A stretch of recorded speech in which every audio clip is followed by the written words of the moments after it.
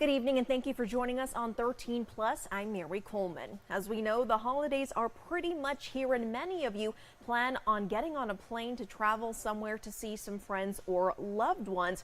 Few travelers will be surprised to learn that airplanes are full of germs, but the question is, just how dirty are they? 13 News reporter Rebecca Taylor saw some recent incidents on airplanes and decided to dig in to the dirtiest spots on planes to avoid. Health leaders say germs found in airplanes can include E. coli and MRSA and live on surfaces for a week.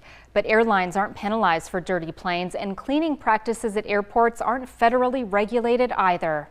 You get outbreaks of influenza and diarrhea from long-haul airplanes, believe it or not. Dr. Charles Gerba is a professor of environmental science at the University of Arizona. His expertise has earned him the nickname Dr. Germ. The germiest spot in an airplane toilet is the latch of the restroom, because you got, one restroom for 40 people on average in an airplane. His research shows, in addition to the lavatory door latch, tray tables often have an alarming number of bacteria, including fecal matter.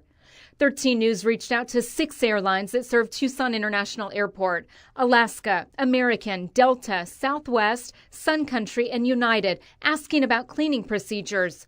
Only one airline provided transparency. Southwest tells us Southwest aircraft are tidied between flights and receive a thorough cleaning once parked for the night.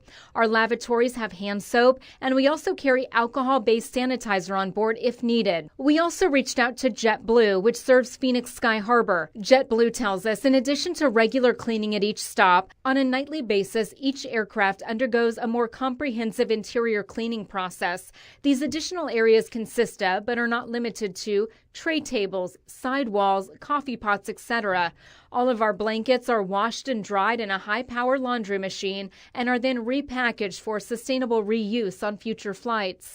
Since gross organisms are not always visible, Dr. Gerba says another germy spot you'll encounter is on the way to baggage claim. Just think about the escalator at the Tucson airport. Everybody's coming off their plane and touching that escalator. Hundreds and hundreds of people in a day. How often do you clean the airport?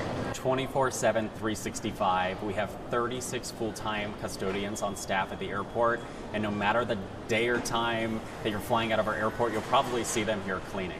Austin Wright is with Tucson Airport Authority. He says since 2020, TIA has been recognized for being clean. In fact, we're even accredited with the Global Biorisk Advisory Council, the GBAC, which is the highest level of cleanliness that an airport can have. Who's the most exposed people in an airplane to it's the first class, because they get to board first and everybody gets to walk past. So being in second class is not so bad after all. The biggest takeaway from Dr. Gerba is to carry hand sanitizer with you and use it often. If your assigned seat on a plane is grossing you out, ask your flight attendant to find you another one. For 13 Plus, I'm Rebecca Taylor.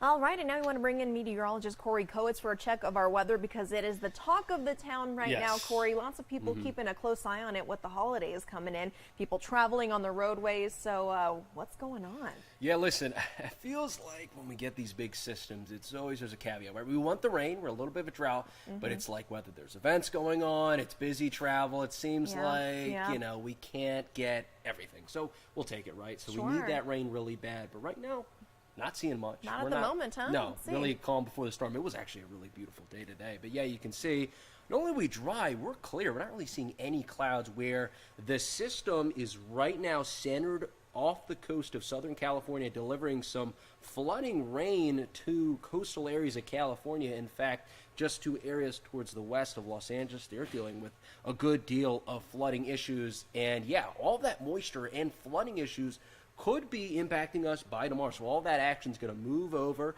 and by the early morning hours tomorrow, moving from the southwest to the northeast, that's when that rain will come in, really entering the region by the early morning hours. And the future radar of this model just updated. So now at noon, it has it a lot more widespread instead of it being more widespread at this time. It's still widespread for both, so that means we're now thinking maybe rainfall totals could be even higher than what was previously thought before this new model run just came out. So yeah, widespread at noon, remaining very widespread through the afternoon and evening, and where you're seeing that red and orange, that could mean some embedded thunderstorms as well, so you need to keep an eye on that. Then by the time 10 o'clock rolls around, a lot of that does move off to the east. We're mainly impacting areas towards the east with that rain. Then by the morning hour Saturday, a lot of it clears out, but we're dealing with some lighter precip to the north. It just looks to hang around for Saturday during midday and still doesn't go away by the afternoon hours on Saturday, but definitely Friday looks to be the best day.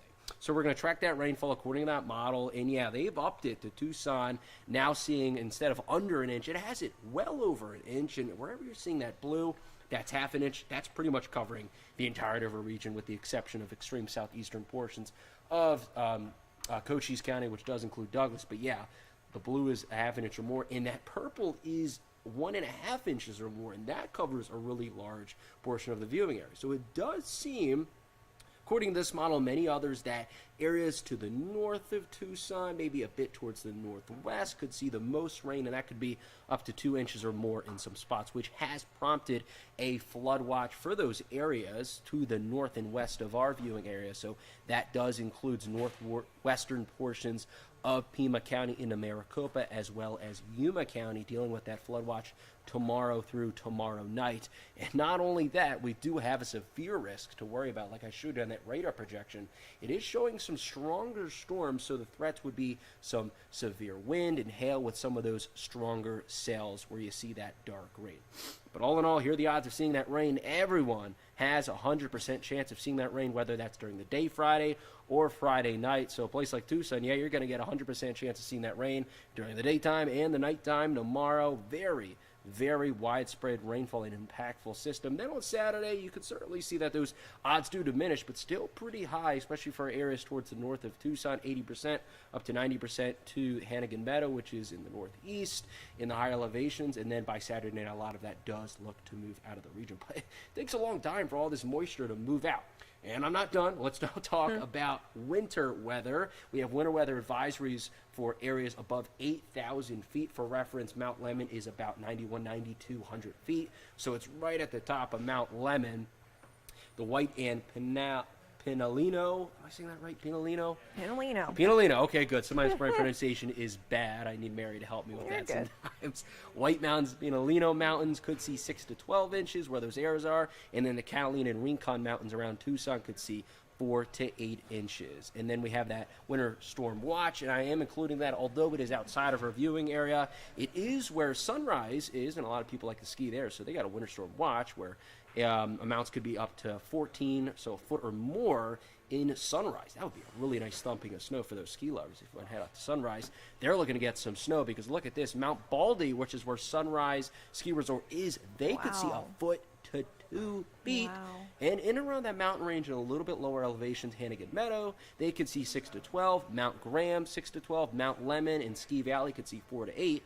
But what's interesting, Mary, about this is Mount Lemmon, Summer Haven's about 1,000 feet lower. Look at the difference in snowfall. That's insane. It is really weird. So that snow level, an adjustment of 500 feet or so could make all the difference, which is just crazy to think about. So Summer Haven, 1 to 4 rather than 4 to 8 on the top of Mount Lemmon, and Mount Wrightson to the south. That peak could get 1, 2, 2. So let's tie it all together. I said a lot there. Let's summarize it, okay? So we have that widespread rain, which is pretty much throughout the entirety of southern Arizona, seeing a good deal of that rain. It's going to be long duration, so we have those chances of rain early Friday through the entirety of Saturday. Main bulk of that will happen Friday through Friday night. Slight flooding, widespread amounts of 1 inch are possible. Localized places could get 2+ inches where you're catching those stronger bands. That's where those flooding concerns could be. And mountain snow. In elevation 7,000 feet or higher could see the snow. A foot or more are possible for areas that are above 8,500 feet, which does include Mount Lemmon and Mount Baldy, where Sunrise is. Now let's talk about Christmas. It's going to be dry, okay?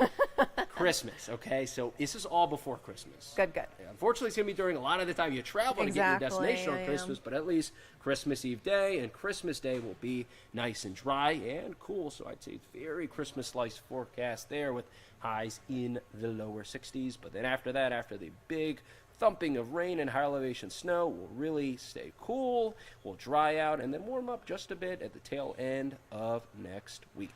Hey, as long as Santa can get where he needs to go and the rain doesn't impact him, get Santa- wet toys, you know, it could be a mess. So Yes, so Santa has some of the best, weather consultants, telling yeah. him how to maneuver through the storms and inclement weather on his journey across the globe on Christmas Eve. Absolutely. perfect. Well, thank you, Corey. Everyone is, again, keeping a close eye on the weather.